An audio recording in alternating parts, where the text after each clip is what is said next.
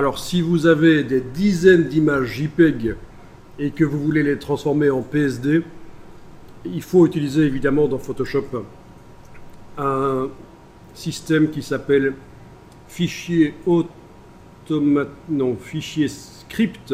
script processeur d'image. Donc ça, on pourra le voir plus tard, mais bien entendu, vous ne devez pas manuellement convertir chaque fichier JPEG en PSD. Vous pouvez faire ça automatiquement grâce au processeur d'image de Photoshop.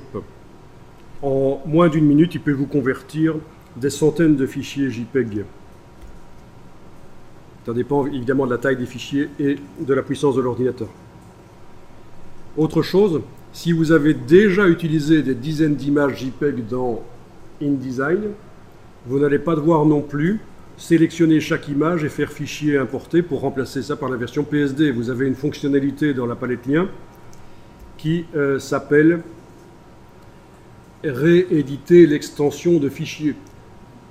Si dans le dossier où vous avez les JPEG déjà utilisés dans InDesign, vous avez également les fichiers PSD, il va les trouver.